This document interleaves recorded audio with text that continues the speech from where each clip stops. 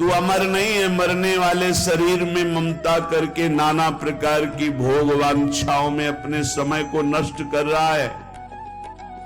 अपनी इंद्रियों को, मन को शासन में ले।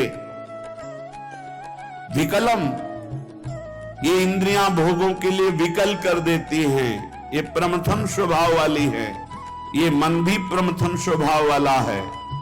इसलिए नाम का बल धारण कर तो तेरे हृदय में इंद्रिय और मन की विकलता को सहन करने की सामर्थ्य आ जाएगी।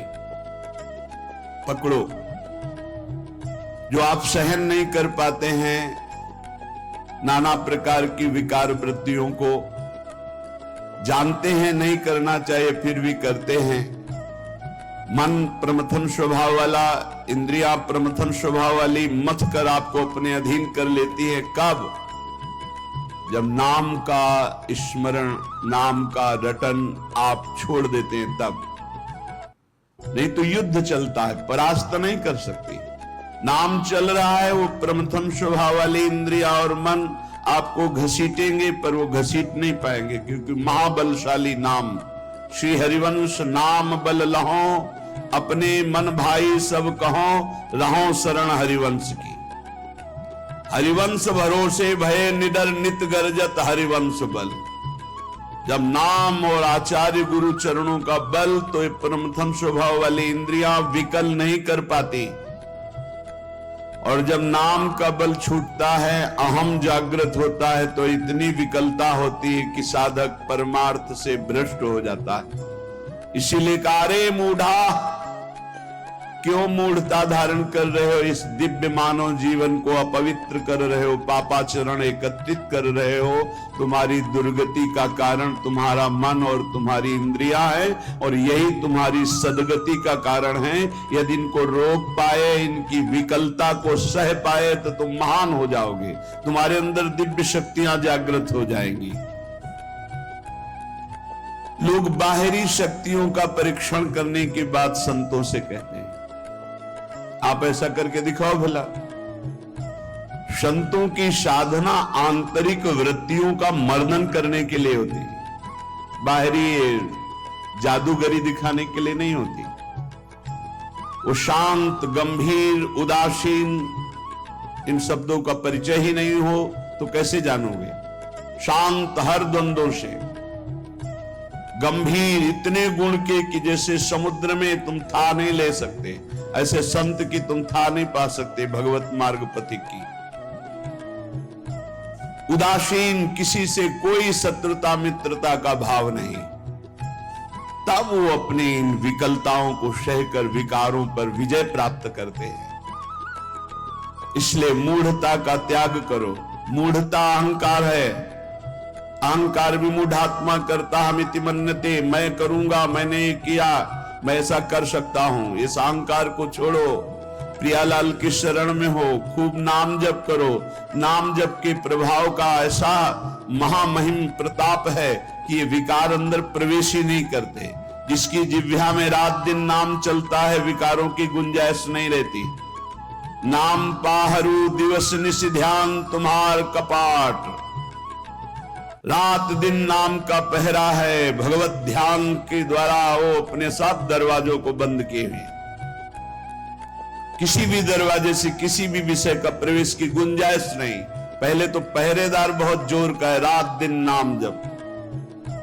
ध्यान तुम्हार कपाट, अपने इष्ट देव का ध्यान ही दरवाजा बंद कर लेना है। कोई विकार, गंदगी अंदर नहीं पहुंचा सकता। ऐ मूढ़, धन संचय की लालसा को छोड़ दे। भैया, जहां भगवान के नाम की मिठास है, जहां भगवान का महत्व है, जहां भगवान का प्रेम है, वहां ये सब भगवती माया का प्रभाव वमन की भांति दिखाई देता है। गोस्वामी तुलसीदास जी, रमा बिलास राम अनुरागी तजत बमन, ये उपदेश देना सहज है महाराज। भगवान की महिमा यदि जानी होती तो ब्रह्मादिक के भोग सब विषम लागत ताई। ब्रह्मादिक के भोग, मूल जही धनागम तृष्णाम, कुरुषद बुद्धिम मनसी वितृष्णाम, मन से तृष्णाहीन होना बहुत मुश्किल है। प्रवचन कर लेना भैया सरल है, पढ़ लिया, पढ़ के सुना दिया, वाह वाह तालियां मची। अंदर जो लालसा है वो भजन से जाएगी, भजन से, वो प्रवचन से नहीं जाएगी, वो किसी पद प्रतिष्ठा से नहीं जाएगी। माया पद से नहीं परास्त होती, माया भजन से परास्त होती, भजन से। आद्य गुरु भगवान शंकराचार्य जी स्वयं कह रहे हैं, हे हरि, यद्यपि हम में आप में भेद नहीं परम सत्य है, पर ऐसे अभेद है जैसे समुद्र और तरंग। जल विकार युक्त हुआ तो तरंगायमान हो गया, विकार रहित हुआ तो समुद्र ही। पर नाथ इतना भेद तो है, जैसे समुद्र में अनंत तरंगे उठती, एक तरंग समुद्र नहीं पैदा कर सकती, ऐसे हम में आप में भेद। जब हरि की महिमा को हम जान गए, हरि में प्रीति हो गई, तो स्वाप्निक जगत के भोगों का महत्व कैसे रह सकता है। ज्ञानी वही, भक्त वही जिसके जगत के भोगों का महत्व न रह जाए। जगत के भोगों का महत्व, उमा कहाऊं मैं अनुभव अपना, सत हरि भजन जगत सब सपना। तो सपने के लड्डू किसको प्रिय लगते हैं। अब जग के रोए कि हमारे लड्डू चले गए, बोले कौन, बोले अभी स्वप्न में थे। तो या तो बालक है या तो मूर्ख है। तो जगत है क्या, स्वप्न के लड्डू हैं, इसे कोई काटे। स्वप्न के लड्डू हैं। भगवान शिव कह रहे हैं, उमा कहाऊं मैं अनुभव अपना, सत हरि भजन जगत सब सपना। जब जान लिया कि सबसे कीमती वस्तु क्या है, राम कृष्ण हरि, राधा राधा राधा, कमाओ एकांत गंगा किनारे बैठ करके, चाहे प्रणव जपो, चाहे राम जपो, चाहे हरि जपो, चाहे राधा जपो, यमुना किनारे बैठ के या जहां अपने परम पावन स्थान में बैठकर नाम जप कर, इससे बड़ी कमाई क्या हो सकती है। परम धन राधा नाम आधार, इससे बड़ी कमाई क्या। और ये देने वाले गुरुदेव हैं, तो गुरुदेव से बड़ा कौन हो गया त्रिभुवन में। ब्रह्मा भी नहीं बड़े हैं। गुरुर ब्रह्मा गुरुर विष्णु गुरुदेव महेश्वरा, गुरु साक्षात परब्रह्म तस्मै श्री गुरुवे नमः। क्यों? क्योंकि उन्होंने इतनी कीमती चीज हमें दे दी। नाम सुकृत धन अपनी जीवन अतिहित मान देत वरदान। नहीं महत्व है नाम में, नहीं हरि चरणों में महत्व है। 1000-2000 रुपया के लिए घंटा 2 घंटा भगवान का विस्मरण हो सकता है, देख लो। अगर कीमती वस्तु पहचान ली भगवान का नाम, तो एकादशी स्कंद में लिखा हुआ है, त्रिभुवन की राज्य लक्ष्मी देने पर, त्रिभुवन की राज्य आधे पल के लिए भी जो प्रभु का स्मरण ना छोड़े, वो भगवान का महान लाडला भक्त कहा जाता है। छोटी मोटी वस्तु क्या। अरे आप सोचो, माया के एक इशारे से अनंत ब्रह्मांड रच गए। लोक के लोक रत्नों के महलों से बने हुए हैं, रत्नों के महलों से। आप क्या समझते हो, ऊपर जो लोक है दिव्यताओं की भरमार है, एक से एक दिव्यता। मतलब पूरी मृत्यु लोक बिक जाए, ऐसे ऐसे एक एक विमान है, जिन विमानों पर बड़े बड़े पुण्यात्मा चलते हैं।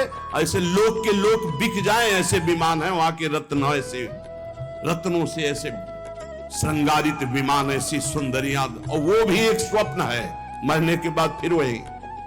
और सबसे महान हरि के धाम जाना है, हरि के भक्त। इससे बढ़कर जिसको हरि की पहचान हो जाती है, जिसको हरि का महत्व हो जाता है, तो सुरपति नरपति लोकपति जिनके भाव है घास घास तिनका, भगवान के दासत्व के आगे भक्त को एकमात्र भगवान में ही प्रियता और महत्ता होती है। एकमात्र भगवान। त्रिभुवनपति हिरण्यकश्यप है, न प्रियता है, न महत्व है, न भय है। 5 वर्ष का बालक प्रहलाद।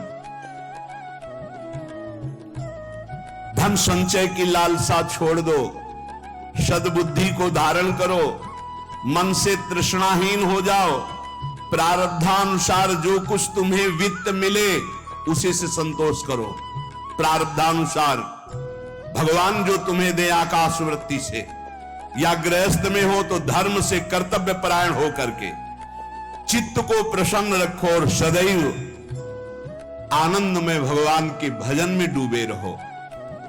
ये मूढ़ता छोड़ो। अर्थम अनर्थम भावे नित्यम नास्ति ततः सुख लेशः सत्यम पुत्रादपि धन भाजाम भीति सर्वत्रैषा विहिता नीति भज गोविंदम गोविंदम भज मूढ़मते। ये अर्थमान अनर्थ है, सचमुच इसमें सुख का लेश भी नहीं है। जहां यह अर्थ आता है भारी दोष पैदा होना शुरू हो जाते हैं। ये नीति है, धनवान सदैव भयभीत रहता है, चिंतायुक्त रहता है, भोगी होता है, विषयी हो जाता है। तो भगवान में स्थित है उसकी बात अलग है।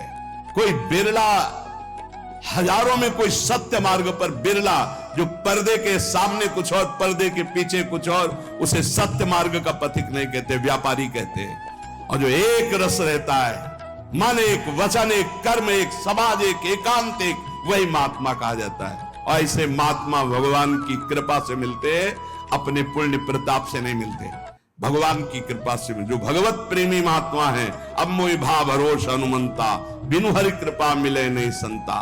जब दवहि दीन दयाल राग हो तो साधु संगति पाइए। इसलिए काते कांता कस्ते पुत्र संसारो मतीव विचित्र कस्तम कह कुत आयातास्तत्वम चिंतय यदिदिम भ्रातः भज गोविंदम गोविंदम भज मूढ़मते।